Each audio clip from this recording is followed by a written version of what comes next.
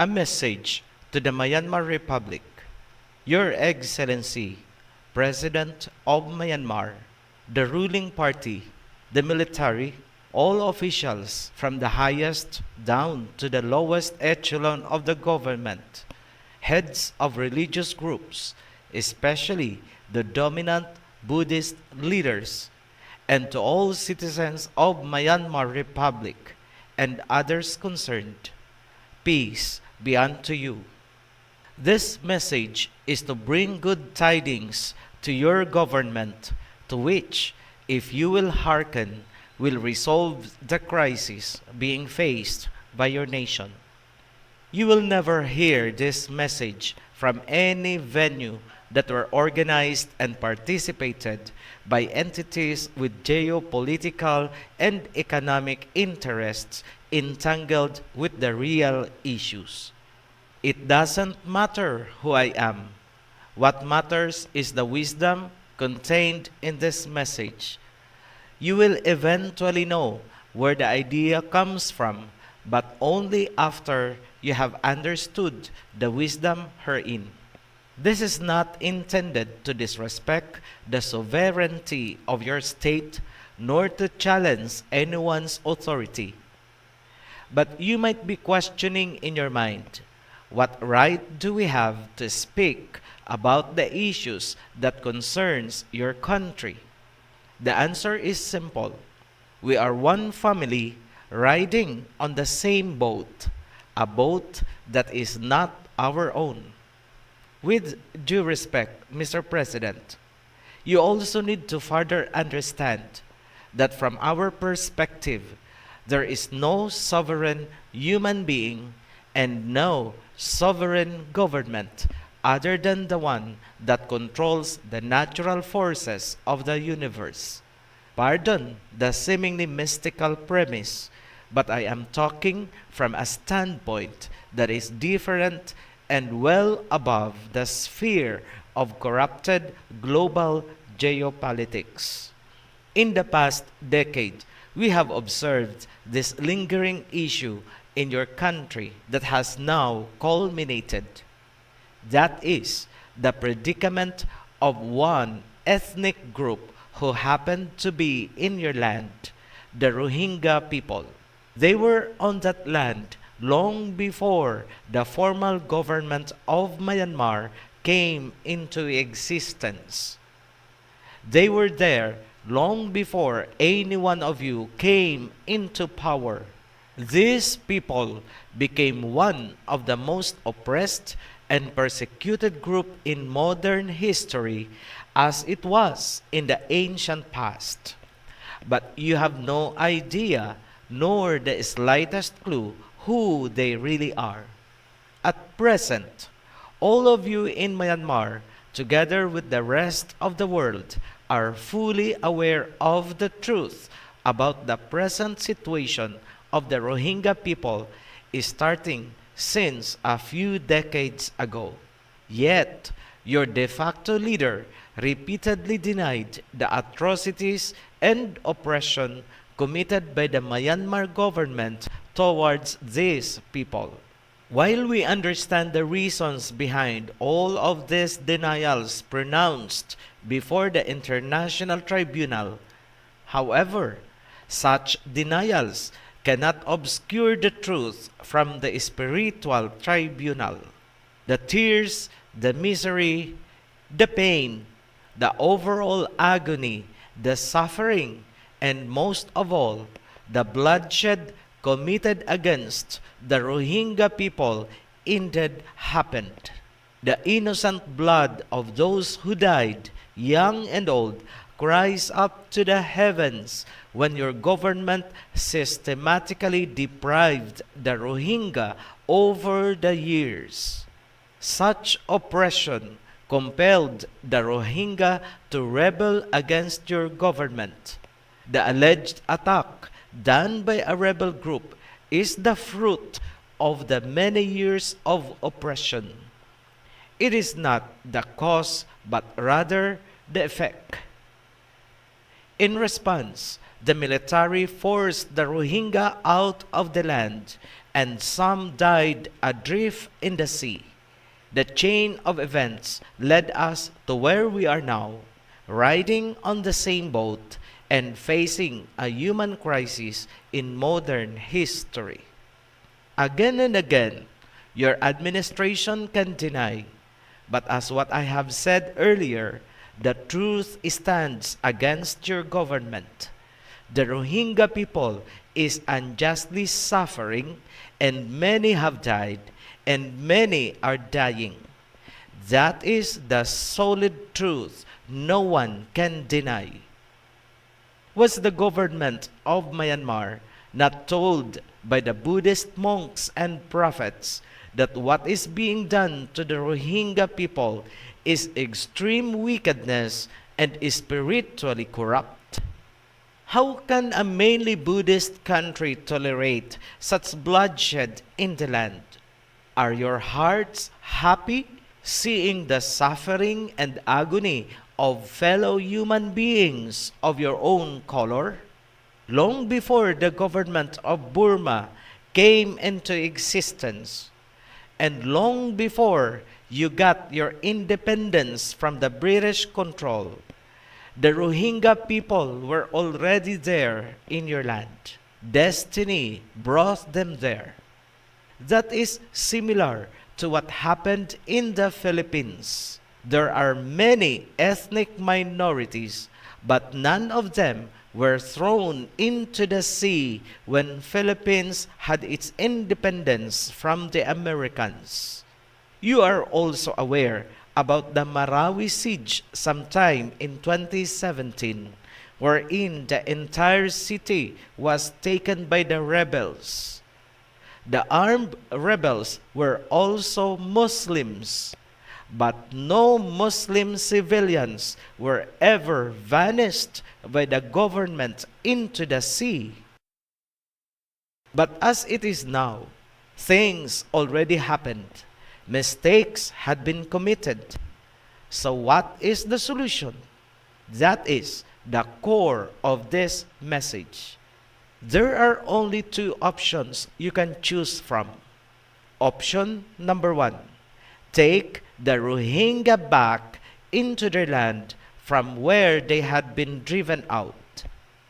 Option number two, deny and pretend as if there are no suffering Rohingya people. Should the government of Myanmar choose option number one, that is allow the Rohingya people to go back home, here are the important considerations, or shall we say, reminders.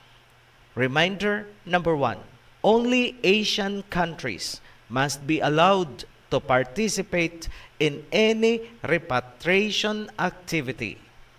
Allowing other nations outside Asia to initiate the repatriation could in effect result to the Rohingya people being used as their playing card to advance political interests in the region. Remember the position of Russia and China on the issue. The Rohingya crisis is an internal issue that should be resolved by Myanmar with the cooperation of the neighboring countries in Asia. Consider this scenario. If due to pressures and limited resources, Myanmar allows these powerful nations to initiate the repatriations, it would lead the Rohingya people to believe that those nations are their savior. And here are the possible future repercussions with that kind of sentiment. First, the Rohingya people could become untouchables considering the protection that these powerful nations will provide in the name of human rights. While the Rohingya are on that protected state under the care of other non-Asian nations, Myanmar might gradually be out of control and eventually lose the Rohingya into the hands of these powerful nations. Second, the Rohingya, out of gratitude, could be willing to give up their lives to comply with the wishes of the powerful nations whom they consider as their saviors. Thus, they will become blind followers, supporters, and compliant to the wishes of their savior. That is the starting point wherein Rohingya could become a political playing card of these nations in the region. Third, the Rohingya people could be used as political group with remote possibility of becoming a puppet Rohingya nation fully supported and backed up by powerful nations. As such, they could become a possible future source of political instability in the region.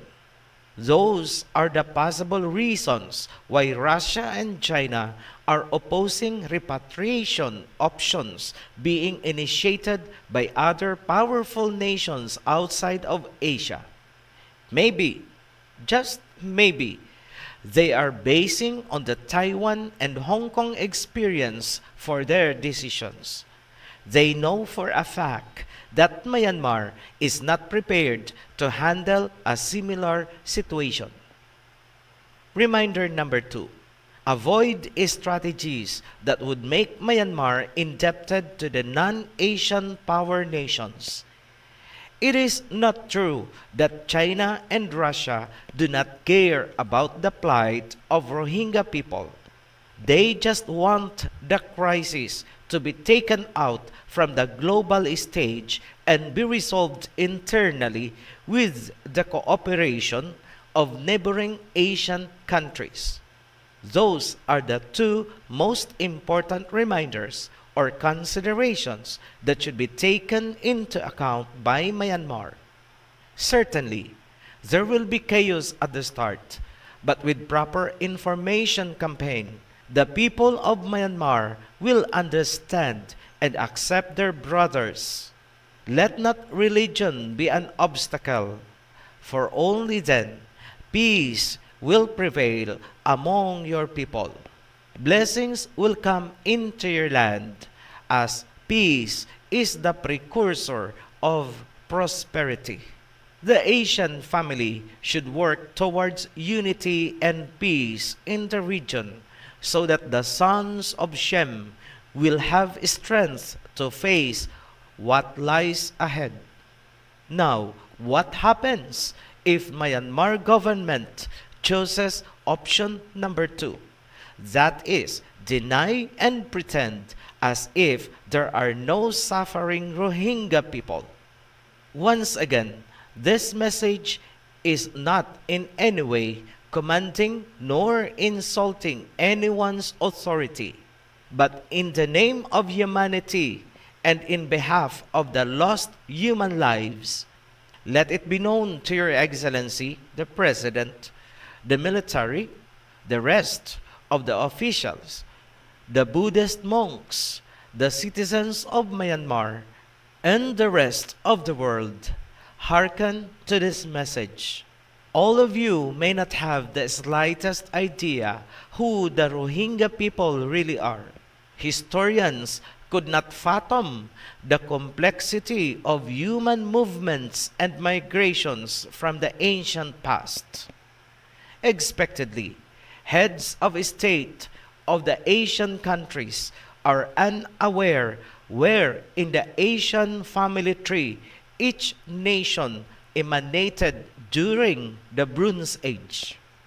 But there is one simple way to do this. Look at your skin color. Look at the skin of your citizens. And look at Rohingya people. Notice that your color is not far from one another. The pigments of your skin, the melanin, tells who you are and who they are. Look into the eyes of your citizens and look into the eyes of Rohingya people.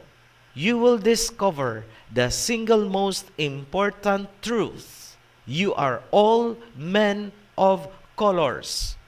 You are brothers who descended from one single family tree, one bloodline, the Shemites or Semitic people. One family that were separated. So what is the root cause that is dividing the Shemite family of nations and causing all of these troubles? In one word, religion. For all of human history, these religions divided humanity and had caused the loss of millions of human lives in the past, at present, and in the future. Why is this so? Because these religions had forgotten the most basic tenet of human existence given to Noah after the flood. That is, respect human lives. Instead, these religions had become political machinery and systems of discrimination and oppression. That is what exactly happened not only in Myanmar but to the rest of the world. Do not let religion divide the people, but rather be advocates of peace and unity. The monks, if indeed are spiritually gifted, should have been advocates of peace and unity and not acting as political propagandists. In the same manner, the military should not allow themselves to be used as armed group to advance religious interests and ideologies. The military should stay neutral while controlling friction and altercations between religious groups. They must be there to protect human lives regardless of religious affiliations. Should your administration continue to oppress the Rohingya people, as what the Pharaoh of ancient Egypt had done in the past, then be it so severely, the sovereign spiritual tribunal will vindicate them. Your Buddhist monks and prophets should have advised that. Once again, Your Excellency, Mr. President, be it known what is expected from your government. Let the Rohingya people go home in the land from where they had been driven out. It was destiny that brought these people into your land. Treat them with human dignity and privilege, at least equal to the people you have considered as citizens of the Myanmar Republic. Let it be done swiftly, safely, and without delay. Any nation who will tolerate and will turn a blind eye on the predicament of the Rohingya people will be equally stricken by the spiritual and natural forces of which no man has control. Very surely, Your Excellency, Mr. President of Myanmar, the one that is supreme and sovereign, will demand accounting for every life and every bloodshed from man and animals. Your Buddhist monks should have known that.